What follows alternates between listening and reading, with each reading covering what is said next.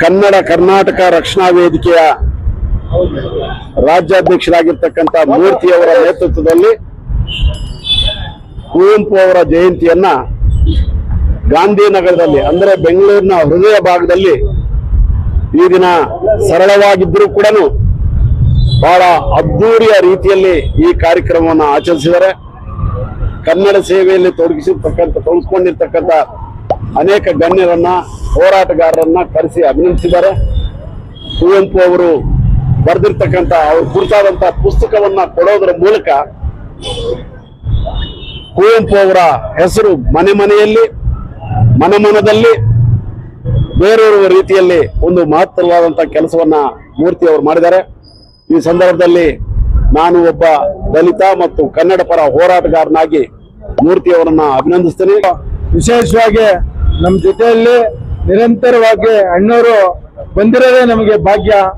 ಈ ರಾಜ್ಯದಲ್ಲಿ ಬಡವರ ಪರವಾಗಿ ಯಾರಾದ್ರೂ ಇವತ್ತು ಧ್ವನಿ ಎತ್ತಾರೆ, ದಲಿತರ ಪರವಾಗಿ ಧ್ವನಿ ಎತ್ತಾರೆ, ಸಾಮಾನ್ಯ ಜನರ ಪರವಾಗಿ ಧ್ವನಿ ಎತ್ತಾರೆ ಅಂದ್ರೆ ಅದು ಡಾಕ್ಟರ್ ವೆಂಕಟೇಶಣ್ಣವರು. ಯಾವುದೇ ಕಾರ್ಯಕ್ರಮ ಇರಲಿ, ಕನ್ನಡದ ಕಾರ್ಯಕ್ರಮ ಇರಲಿ, ಬಡವರ ಕಾರ್ಯಕ್ರಮ ಇರಲಿ, ನಿರಂತರವಾಗಿ ನಮ್ಮ ಜೊತೆಲಿ ಬರ್ತಾರೆ.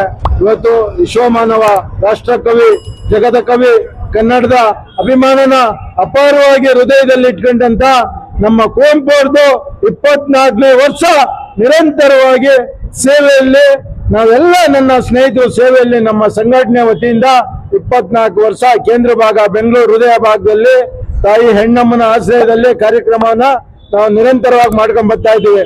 ಇವತ್ತು ಹಾಗೆ ನಮ್ಮ ಹಿರಿಯ ಅಧಿಕಾರಿಗಳು, ಸಾಹಿತ್ಯಗಳು ಕನ್ನಡದ ಅಭಿಮಾನನ ಹೆಚ್ಚಿನ ರೀತಿ ಸಂಪಾದನೆ ಮಾಡಿರುವಂತ ನಮ್ಮ ಸಹಕಾರ ಇಲಾಖೆಯ ಜಂಟಿ ನಿರ್ದೇಶಕರಾದಂತ ನಮ್ಮ ಲಕ್ಷ್ಮೀಪತಿ ಅವರು ಬಂದಿದ್ದಾರೆ. ನಮ್ಮ ಹೃದಯಪೂರ್ವಕವಾಗಿ ಅವರಿಗೆ ಅಭಿನಂದನೆಗಳನ್ನ ಹೇಳ್ತೀನಿ. ಹಾಗೆ ವೆಂಕಟೇಶ್ ಇದ್ದಾರೆ, ವಾಣಿಜ್ಯ ಮಂಡಳಿ ಸುರೇಶ್ ಅಣ್ಣವ್ರು ಇದ್ದಾರೆ, ಇನ್ನ ಗಂಧರ್ವ ಸೀನಣ್ಣವ್ರು ಇದ್ದಾರೆ. ಹಲವು ಮಾನ್ಯರು ಕಾರ್ಯಕ್ರಮಕ್ಕೆ ಬಂದು ಕಾರ್ಯಕ್ರಮನ ಅಚ್ಚುಕಟ್ಟಾಗಿ ನಡೆಸಿಕೊಟ್ಟಿದ್ದಾರೆ. ನಮಸ್ಕಾರ. ಇವತ್ತು ನಮ್ಮ KC ಮೂರ್ತಿಗಳು ಒಂದು ರೀತಿ ನಮಗೆ ಗುರುಗಳಿದ್ದಂಗೆ ಅವರು ಇವತ್ತು ಕುವೆಂಪು ಅವರ ಒಂದು ಹುಟ್ಟುಹಬ್ಬವನ್ನು ಆಚರಣೆ ಮಾಡ್ತಾ ಇದ್ದಾರೆ. ಅದೇ ರೀತಿ ಇವತ್ತು ನಮ್ಮ ವೆಂಕಟಸ್ವಾಮಿ ಅವರು ಗುರುಗಳು ಬಂದಿದ್ದಾರೆ. ಅಂದ್ರೆ ಇಬ್ಬರು ಸಹ ಸರಳ ನಾಯಕರು ಇವರು. ಕುವೆಂಪು ಸಹ ತನ್ನ ಸಾಹಿತ್ಯದಲ್ಲಿ ಸರಳತೆಯನ್ನ ಅವರು ಕಾರ್ಕೊಂಡಿದ್ದಾರೆ. ಸರಳತೆ ಇದೆ ಅವರ ಸಾಹಿತ್ಯದ ಪ್ರತಿ ಯಾವುದೇ ಸಾಹಿತ್ಯ ನೋಡಿದ್ರು ಅವರ ಸರಳತೆಯನ್ನ ನಾವು ಕುವೆಂಪು ಸಾಹಿತ್ಯದಲ್ಲಿ ನಾವು ನೋಡ್ತೇವೆ. ಅದಕ್ಕೆ ಇವತ್ತು ರಾಜ್ಕುಮಾರ್ ಅವರು ಸಹ ಸರಳ ಜೀವನದಿಂದ ಯಾಕೆ ಆಚರಣೆ ಮಾಡಿದ್ರು ಅಂತಂದ್ರೆ ಕುವೆಂಪು ಅವರ ಸಾಹಿತ್ಯದಿಂದ ಪ್ರೇರೇಪಿತರಾಗಿ ಇವತ್ತು ರಾಜ್ಕುಮಾರ್ ಅವರು ಸರಳ ಜೀವನವನ್ನ ಆಚರಣೆ ಮಾಡಿದ್ರು. ಇವತ್ತು ನಾವು ಹೆಮ್ಮೆಯಿಂದ ಹೇಳ್ಕೊಬೇಕಾಗ್ತದೆ. ಯಾಕಪ್ಪ ಅಂತಂದ್ರೆ ಇವತ್ತು ರಾಷ್ಟ್ರಕವಿ ಕುವೆಂಪುರವರು ಕನ್ನಡ ಸಾಹಿತ್ಯವನ್ನು ಅಂತಾರಾಷ್ಟ್ರೀಯ ಮಟ್ಟಕ್ಕೆ ಕೊಂಡೊಯ್ದ್ರು. ಇವತ್ತು ಮೊದಲ ಜ್ಞಾನಪೀಠ ಪ್ರಶಸ್ತಿ ಇರ್ಬೋದು, ಪಂಪ ಪ್ರಶಸ್ತಿ ತಗೊಂಡಿದ್ದಾರೆ. ಅದೇ ರೀತಿಯಾಗಿ ಮೊದಲ ಕೇಂದ್ರ ಸಾಹಿತ್ಯ ಅಕಾಡೆಮಿ ಪ್ರಶಸ್ತಿಯನ್ನ ತೆಗೆದುಕೊಂಡವರು ನಮ್ಮ ಕುವೆಂಪುರವರ ಸಾಹಿತ್ಯ ಏನಪ್ಪಾ ಅಂತಂದ್ರೆ ಸಾಹಿತ್ಯವನ್ನು ಯುವ ಧರ್ಮಕ್ಕೆ ತಕ್ಕ ಹಾಗೆ ಬದಲಾವಣೆ ಆಗ್ಬೇಕು ಅಂತ ಹೇಳಿದ್ದು ಕುವೆಂಪುರವರು.